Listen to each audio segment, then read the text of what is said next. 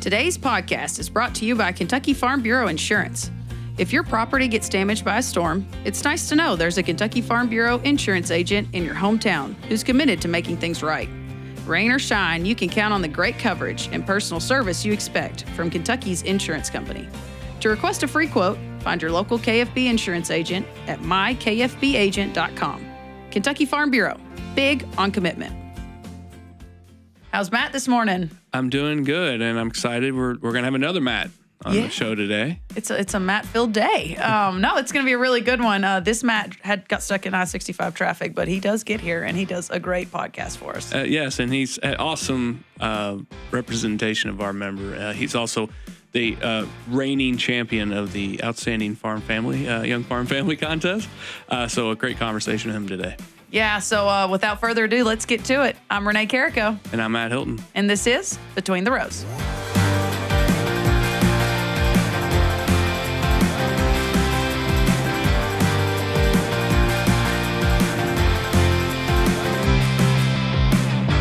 All right, well, good morning, everybody. We've got two Matts today, so that's not going to get confusing at all. Going to have to use a last name initial or something. Just call me Hilton. We'll call him Matt. You are now Hilton for the day. Hilton for today. How's everybody doing this morning? I'm doing all right. I've got enough coffee in me, so I'm ready to have a conversation. So excited. You got to fight the I-65 traffic this morning. Yeah, that happens. It's a great start. Our audio recorder, Austin, he gets to deal with 65 daily, so he feels your pain for sure. So. Well, we appreciate you being here, Matt. And I know I told Hilton the other day, as soon as we get somebody that is going to quit raining, and it is going to be the driest week out there. So we want to, first off, thank you for coming out when there is 100 things at home you could be doing. But we appreciate you driving up to the office. Let's start out, just give everybody a little background about you, where you farm, kind of how you got to farming. We can dive in there. All right, so I'm Matt Adams, own Adams Family Farms in Upton, Kentucky. That's southern Hardin County. We farm in Hardin and Hart, and also farm a little bit in LaRue. It sounds like we're really spread out, but we're kind of a geographical oddity right there. We're right in the corner of all three counties. So we raise commercial cow-calf operation, then also raise corn, soybeans, and winter wheat, which I think we're going to talk about a little later. And then also grow some commercial hay that gets put into small square bales and sold to the equine market. Mainly around Kentucky, but a little bit to surrounding states as well. So.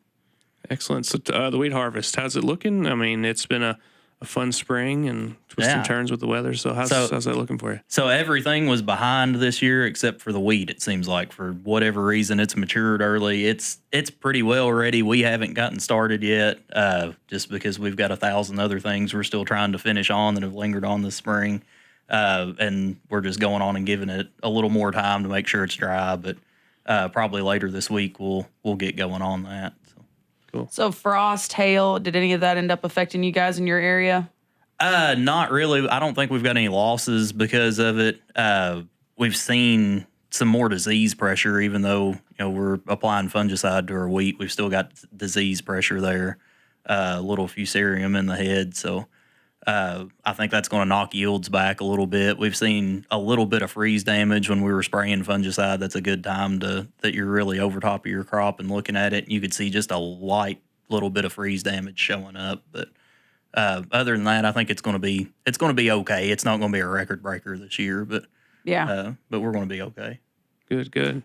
Talk about your path to farming. You grew up in rural areas and those kind of things, but you weren't a farmer right away out of college, and talk about kind of why come back to the farm. What was it about, what you were doing and what drew you back to the farm? So my wife and I consider ourselves first generation farmers. I consider myself a first generation farm, even though I'm not technically the first generation in my family to farm. So we're in Hardin County there. My dad was actually raised on a dairy in Rockcastle County in eastern Kentucky.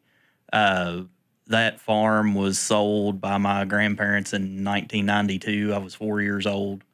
And with the bleak farm economy in the 80s when my dad got out of college, he took a job actually with would have been production credit at the time that later turned into farm credit.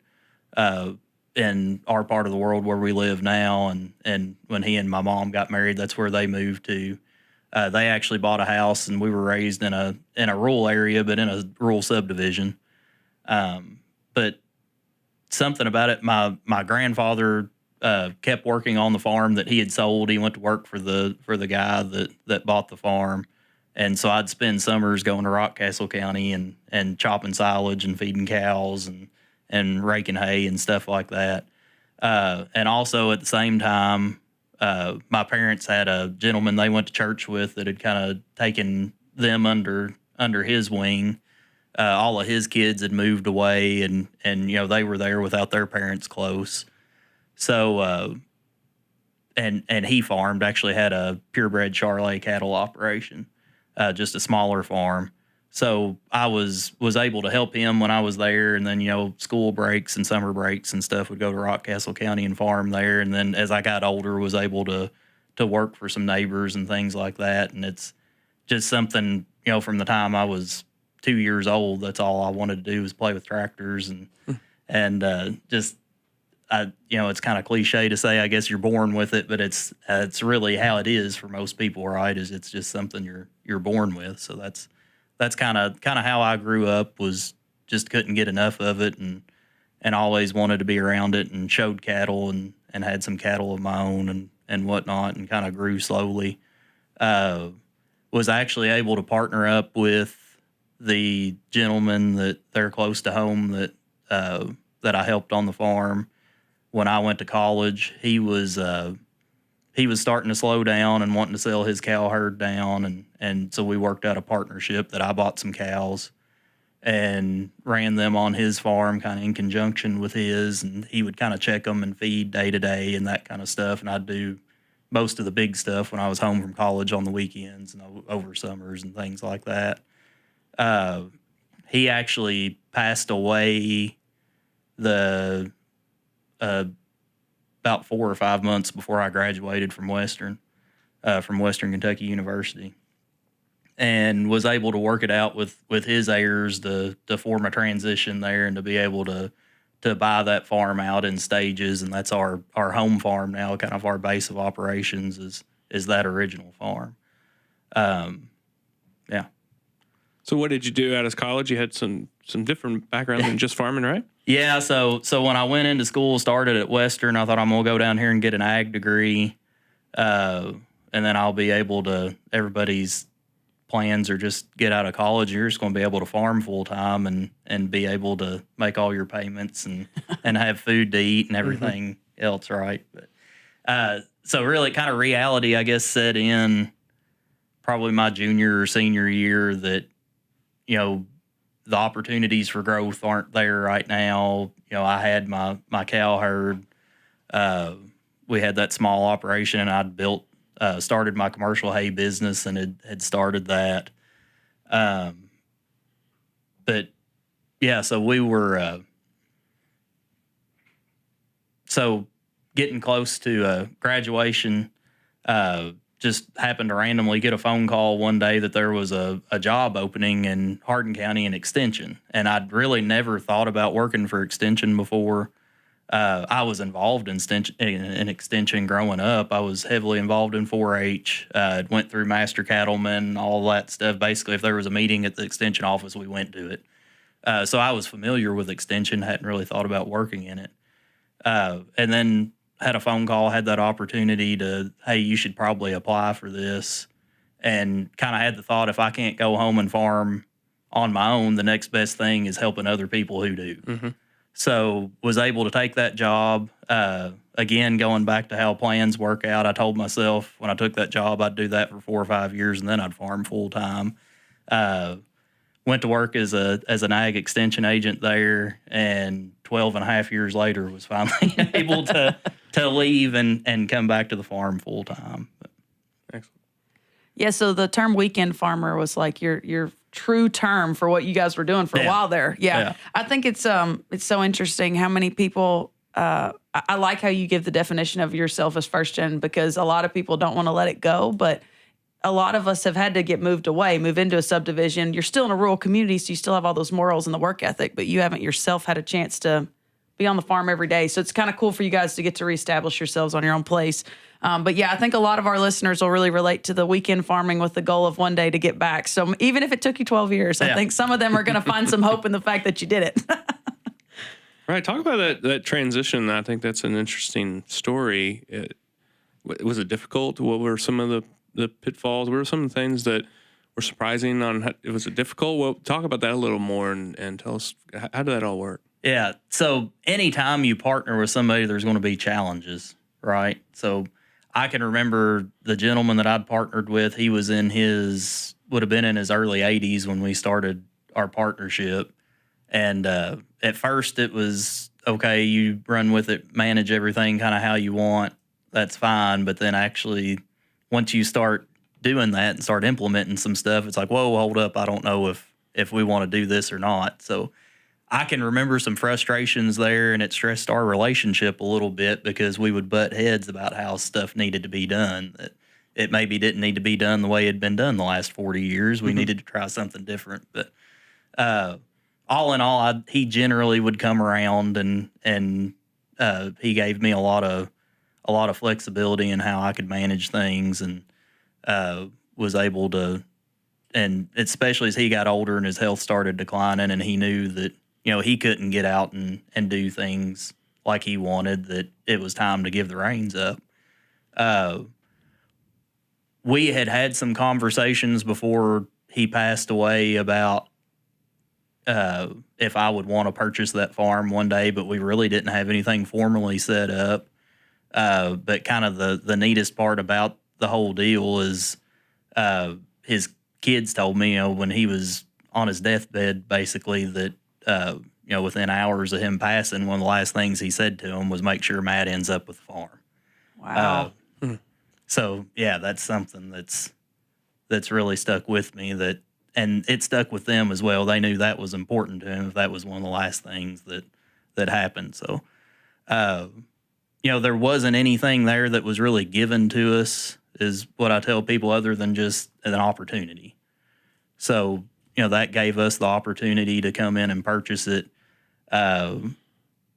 The kids, they worked with some local realtors and whatnot to kind of establish a value, and we came up with a price. And the part that really made it work is, straight out of school, you just started really, when we signed the contract on that farm, I was still in college at Western, didn't have a job. Went through the Farm Service Agency to get a beginning farmer loan. And really part of what made it work, that farm is 115 acres total, has our house and our farm buildings and whatnot on it. To begin with, it had been split into two tracts at one time, a 26-acre tract and then the remainder of it. So we were able to go in, buy the house and the 26 acres and kind of our farm buildings, and then lease the rest for, I think it was 4 years, until, and in that time span, my wife Molly and I got married. She got out of school. We both had jobs and were a little more financially stable, and were able to swing the whole farm then, and ended up buying the rest of the farm 4 or 5 years later. So that was something that was very beneficial to us, was being able to buy that in stages, because I don't know that we could have gotten a loan approved for the whole thing right from the get-go. So it sounds like you guys have utilized a lot of young farmer and new and beginning farmer opportunities. Did you find with your extension, growing up, going to the extension office and different organizations, I know your dad's been heavily involved in some statewide organizations. Did you find that mentorship helpful too, to learn what some of these opportunities were? Yes, it was. And that's something that, looking back, that I really credit my career in extension for, was the networking and the people that I met. If I would have come back, had some kind of opportunity and came back and thought I could farm full-time straight out of school, I would have failed within 2 years, just mainly because I didn't have that network and didn't have that relationship with people. I mean, I grew up in the farming community around there. I thought I knew everybody. But then to get out and work with them and really get to know people and really get in the weeds and learn from people through that extension career, I was technically helping them, but in a way they were helping me as well, and helping me to learn and teaching me things about about running a farm and about agriculture as well. So, between that and just different extension programs that we participated in and that I was able to lead while I worked there, definitely helped with creating some of those opportunities. So when did the Farm Bureau connection start? Were y'all at Farm Bureau meetings your whole life? Have you just started kind of as you began really heavily farming? Kind of how'd y'all get there? Yeah, so I didn't really grow up in Farm Bureau. My dad's been an ag lender for close to 40 years, and so he was in the ag community, but he honestly wasn't a Farm Bureau member. They paid their Farm Bureau dues when I was going to enter. Was it the Outstanding Youth Contest? I guess when I was in high school, they had to pay their dues so that I could enter that. But so I didn't really grow up. We weren't really involved in Farm Bureau. We knew what it was. And then I can remember the gentleman that I was farming with. He always got the Farm Bureau magazine. He was a Farm Bureau member, I can remember that. But really, when I was in college, I guess I started going to Young Farmer events. One of my best friends, Mark Thomas, we grew up together. And, Mark grew up in Farm Bureau and started going to Young Farmer events when he was in college. And he kind of drove me along, hey, let's go this weekend over the summer or whatever, go to summer outing. So I've been going basically since I was 18, 19 years old. And then that was something when Molly and I started dating and when we were engaged and got married, something we were able to do together as well was start going to some of these Young Farmer events. And that's what really spurred our involvement with Farm Bureau. Of course, when I started working for Extension, that got me a seat on the Hardin County Farm Bureau board. So I had an opportunity there at a young age that a lot of people, at 22 years old, don't have a chance to sit on their county Farm Bureau boards. And so I had an opportunity to sit on there early on and learn from that. And I wasn't just a warm body in a seat. The Hardin County Farm Bureau board always made me feel welcome and asked my opinion and kept me involved and was voluntold to do some things from time to time. And we've really enjoyed that. And as I transitioned out of Extension, they wanted to keep me on and ended up getting me into a full board seat. So I'm still serve on the Hardin County Farm Bureau board today. Excellent. How important is it those older folks? It's kind of just seeing Farm Bureau talent, seeing somebody that should be involved. It sounds like you had a lot of folks that were Farm Bureau people, but isn't that important for our members to always be on the lookout for someone new, someone that could really be a leader or could be a great advocate?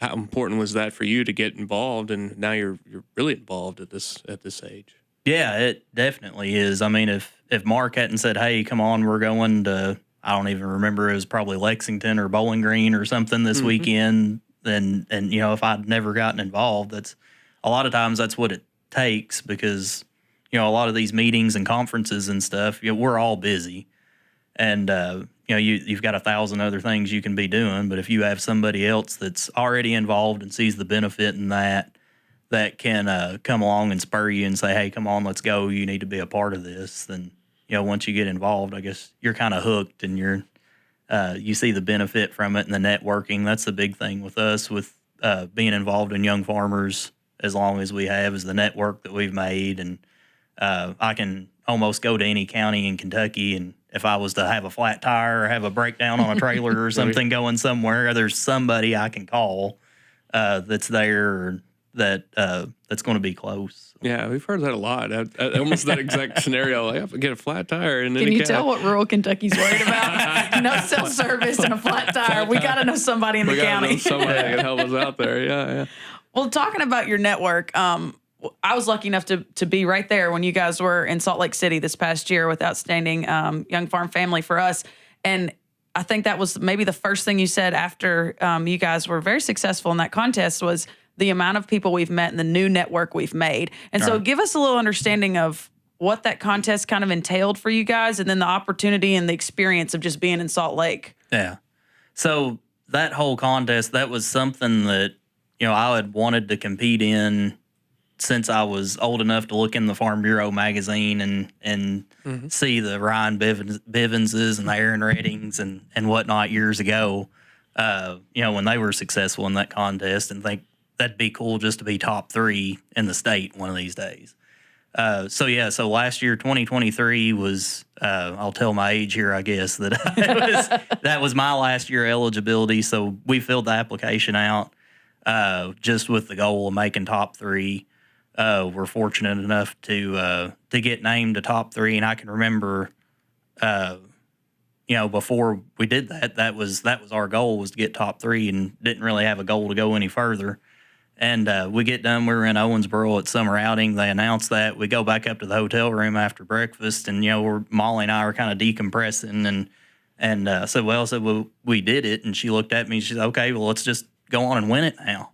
I was like, "Okay." Well, her competitive side has come out. So. Yeah, I'd say so. So that was. I mean, it was anybody that's been in that contest. It's basically a summer long thing of, okay, now we've gotten here. We've got to get ready. We've got 3 judges coming to our farm this fall. We've got to go around and clean the weeds up and clean the junk up around the shop and that kind of stuff. So it was a whole summer of every spare minute you had cleaning and getting stuff ready. And then, of course, you don't know who the judges are until they roll out of the vehicle when they show up at your farm. And so, yeah, it was just kind of an exciting experience. I think it was 2 hours was the interview, and we had time to take them around the farm and take them to a couple of other farms that we have and see some things we've got going on there. And it felt like 20 minutes. I mean, it just flew by, and they were asking questions and answering. It was just a really enjoyable day, something we were nervous about going into, but as soon as we got into it, it was just like, hey, we've got 3 friends sitting here. We're gonna show them our farm. And then, of course, we got the phone call.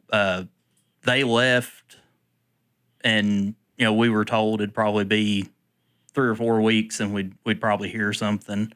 And I think it was the next day. We were preparing a field of alfalfa to sow that fall, and I was running our soil finisher, finishing ground so we could sow alfalfa.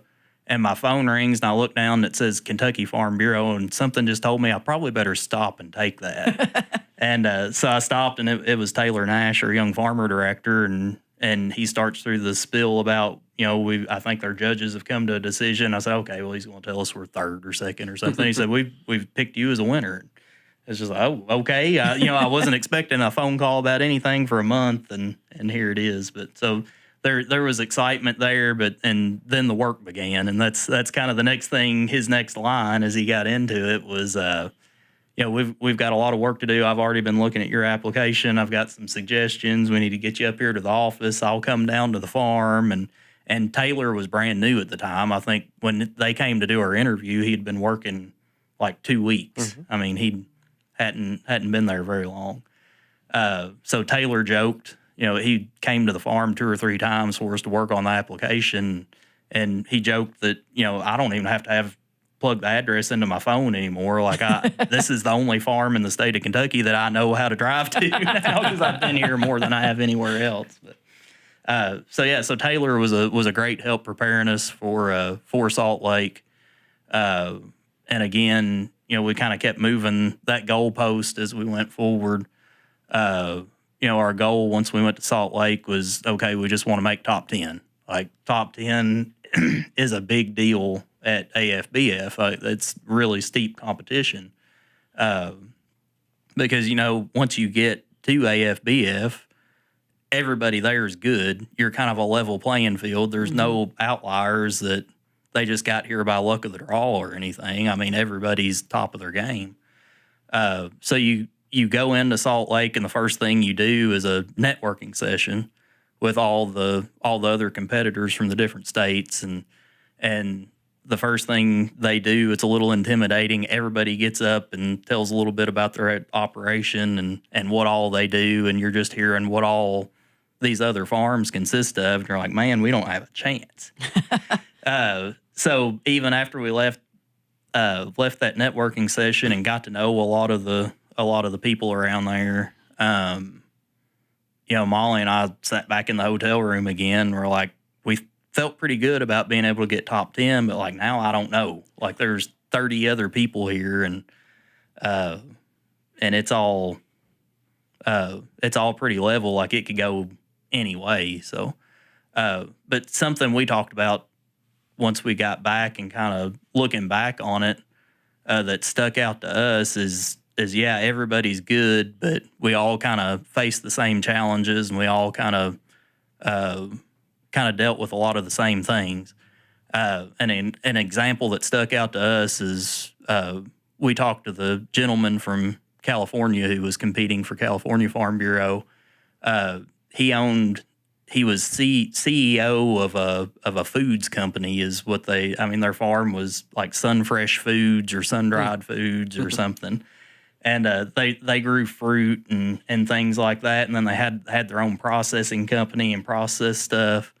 And his thing was one of their big things that differentiated them from the competition is they were taking the reject fruit that maybe a bird had pecked or it had fallen on the ground or shriveled up a little bit or something. And they were drying that because once you dry it, it takes those blemishes away from it that, would give them a dock if they went on the open market with it.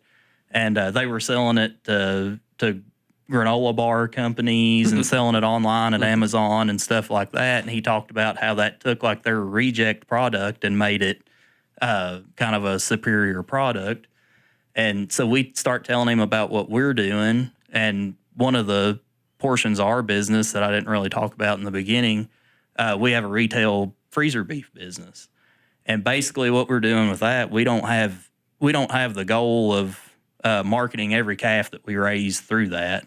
Our primary goal is to market quality feeder calves and sell as yearlings. But what we're doing with retail freezer beef business is anything that has a blemish. If you have a pink eye problem and you have a scarred eye, or you have a calf that's marked up a little bit, colored a little weird or something that's going to get sorted out on the open market, then we're running that through the freezer beef business and taking some of our least valuable stuff and making it our most valuable. And when we start telling him about that, it's like you can see a light bulb click in his head. And he said, well, you're doing the same thing I'm doing. And yeah, we are. Something completely different industries in agriculture on complete opposite ends of the country. And we're basically doing the same thing and coming to the same goal. So excellent. So yeah, that was one of the coolest things, was to meet people from across the country and see how we're all meeting the same goals and coming up with the same challenges and everything. But that's so interesting to me, because I've been in your shoes in the sense that like we've been in a lot of rooms where the scale of a farm in another state is just overwhelming. And so you have that moment where you're like, oh, we can't compete. We're so much just a different size. And then when you do something like that and you really break down the context of what they're doing, it makes more sense that like they are more relatable than you realize. Yeah. Yeah, I think one thing that I've noticed, I've had the privilege of getting to interview our young farm families for, I've been here almost 20 years. And what's neat about the competition is that you don't have to have some gigantic farm. You don't have to. It's how you're running your farm. It's how you're involved in your community. It's how you're involved in Farm Bureau. It's how it's the package, right, that gets you there. That farm probably is doing a little bit different scale, it sounds like, than what you're doing. But there's so much similarities, and there's also how involved are they in Farm Bureau? What are they doing from an advocacy standpoint? What are they doing? And I think what is neat about that contest is the variation of people that have won it through the year. That I've seen is kind of the interviewer guy for all the videos that we make for annual meeting. And I think that's really neat. And I've always encouraged any young farmer that's intimidated by the contest, because they see the videos or they hear the scale of one farmer to another, to take a shot at it, that they might be surprised at how nice their farm really is. Do you agree with that? I mean, I think that's something I've always... we do stories on people, and I go, you guys should apply for this. They're like, no way. We have no shot of winning that. And you're an example. You don't have some massive place, and you're just getting yourself going over the last handful of years. So talk about that. I mean, do you recommend getting involved in those contests. Yeah, and kind of how we looked at it when we applied was, even if we get third, the prize package in Kentucky is very strong, and so even if we get third, like that's a good deal. That's several $1,000s worth of prizes. Like that's worth taking the time to fill that application out, and it is a lengthy application. I mean, I worked on it for at least a month. What kind of the habit I got into is I'd wake up at like 5 o'clock in the morning and sit down and work on it for an hour.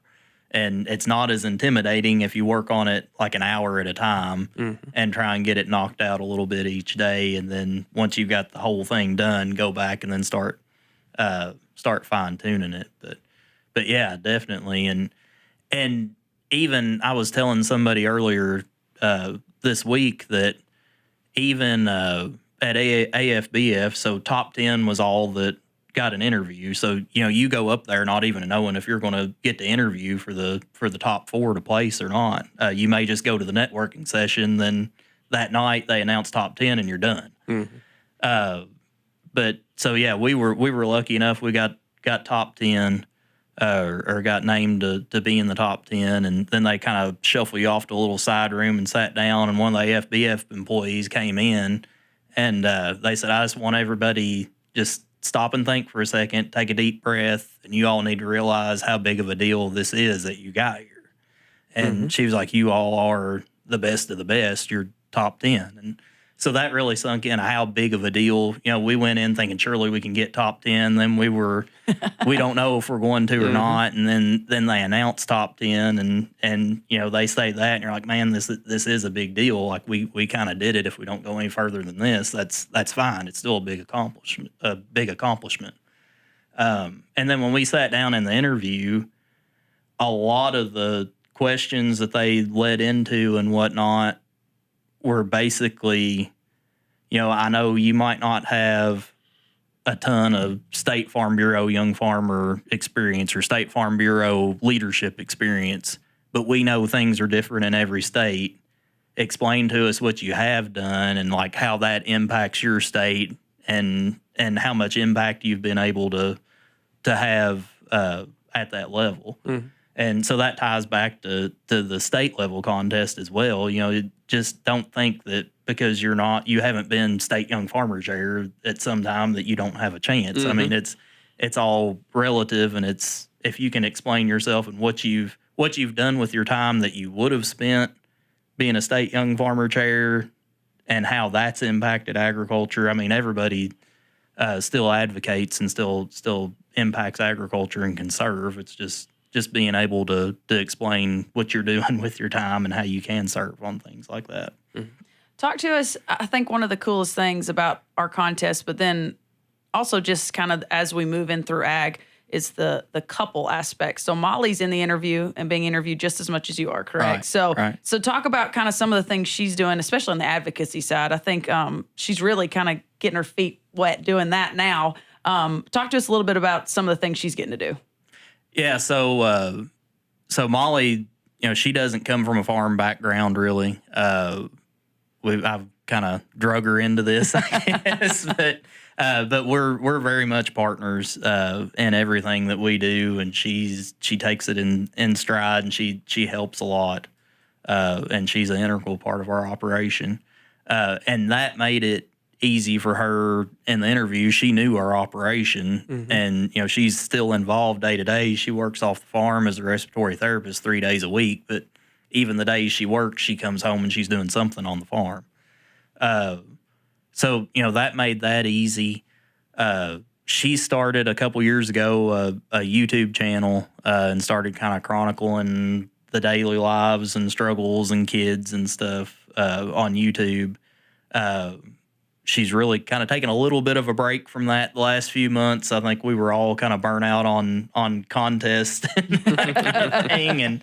And she stepped away from it a little bit this spring, but I think she's looking to pick that back up some. But yeah, and a lot of where the YouTube thing came from was between our beef business, and she does a whole lot of the, I guess what you'd call customer service. And, if you're coming to pick up beef, it's basically you're going to coordinate with her because she's usually the one that's that's there close to home and around the freezers. She takes a lot of beef to the hospital to hospital employees to kind of kill two birds with one stone there. But she deals with a lot of questions of how stuff's raised and what the process is. And then working in the hospital in the medical field, everybody in the medical field is a health expert, right? So everybody has their different opinions on how stuff is raised and what's good for you and what's not. And she was getting a lot of questions of, okay, well, I saw this on a Netflix documentary. Is that really how it is? And she has a lot of opportunities to set the record straight with things like that. So that's kind of where the YouTube thing came from is, okay, well, I can make this video and explain how we do this, explain how we work calves, why we do what we do, show a baby calf being born, show us putting hay up, or show how a combine works, or just the processes of that, and just to help, if people that she's working with in the hospital are interested, then there's general public that's interested too, right? So just to be able to explain, what we do and what we live every day a little easier. And I find people that didn't grow up in it sometimes are the best ones at explaining it. I think we just take it for granted. We find that literally on this podcast. I mean, there's sometimes that I'll just start going in and we're saying more jargon than I even realized. That's just what I grew up saying. And then you'll hear Matt go, back up. What's that acronym? Back up. AG's the business of acronyms for sure. But it's so cool. I mean, I tell people that all the time. I think it's really neat when, especially like a couple, when the one you wouldn't think would be the one advocating is the one that maybe didn't have the farm background, but they know what it felt like to not know. So a lot of times they explain that much better. And so I always applaud Molly. She seems like one of us now. I don't see her as a non-ag, but she does a really good job. And so I always want to throw a plug in. I think the contests are neat in the sense that there's got to be a comfort level having your spouse, your true farm partner, is also in those interviews. It's not singling either one of you out. You're getting a chance to do it together.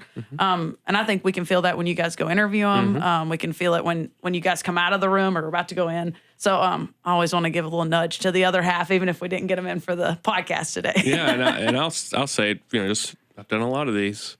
Usually that matters a lot, is that connection, is that couple going after it together. It's the strength of both. Even when maybe one works off the farm or not, it's really that connection that I think sticks out and maybe makes you equal to a farm that might be a little bigger than you at the national level or something like that. Is really, how are you two tackling this? It is the Young Farm Family Contest, not the Young Farmer Contest. It's about the family, it's about the couple, and it's about how they're kind of working through all the things, that pitfalls and all the twists and turns that come from being in agriculture. And something that surprised us a little bit once we got to the national level was there were several states there that had applicants that were married that applied as a single applicant for one reason or the other. And but it was interesting to watch when they announced top four. All of the top four were couples, so there wasn't a single applicant that made top four. So yeah, I think that definitely helps. That helped us that she was able to sit in that interview and she talked just as much or maybe more than I did and could answer the questions just as well as I did. And I think that's part of what impressed them, is that they could tell it was a true partnership and it wasn't that I just was dragging her along. And here you go. But well, that's neat. It's been cool getting to know you guys. I'm glad the listeners are getting to know you guys as well.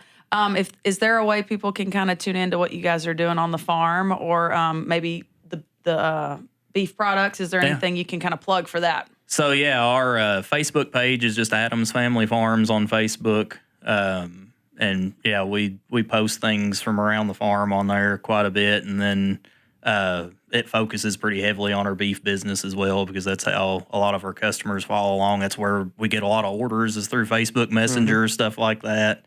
A lot of people see it there. So yeah, we try and cover the farm in general there, but yeah, there's a lot of stuff about the beef business on there as well. And then Molly's YouTube channel, if you want to check out some of those previous videos and maybe some to come, it's Molly Adams Thankfully Farming. Excellent. We'll put that in the show notes, some links, so folks can find that easily. So, well, we appreciate you being here today. you've represented Kentucky well this year, and I'm sure you will continue to do that as a member and doing all the things that we need you for. So, but we appreciate you being here. Yeah. Thank you all. It's been a neat opportunity. The involvement we've had and the interactions and stuff, people we've gotten to know through Farm Bureau within the last year or so. Well, thanks so much, Matt, and thank you, listeners, for joining. Be sure to subscribe to our larger podcast, The Kentucky Farm Life, to catch our next episode. And we'll see you next time on Between the Rows.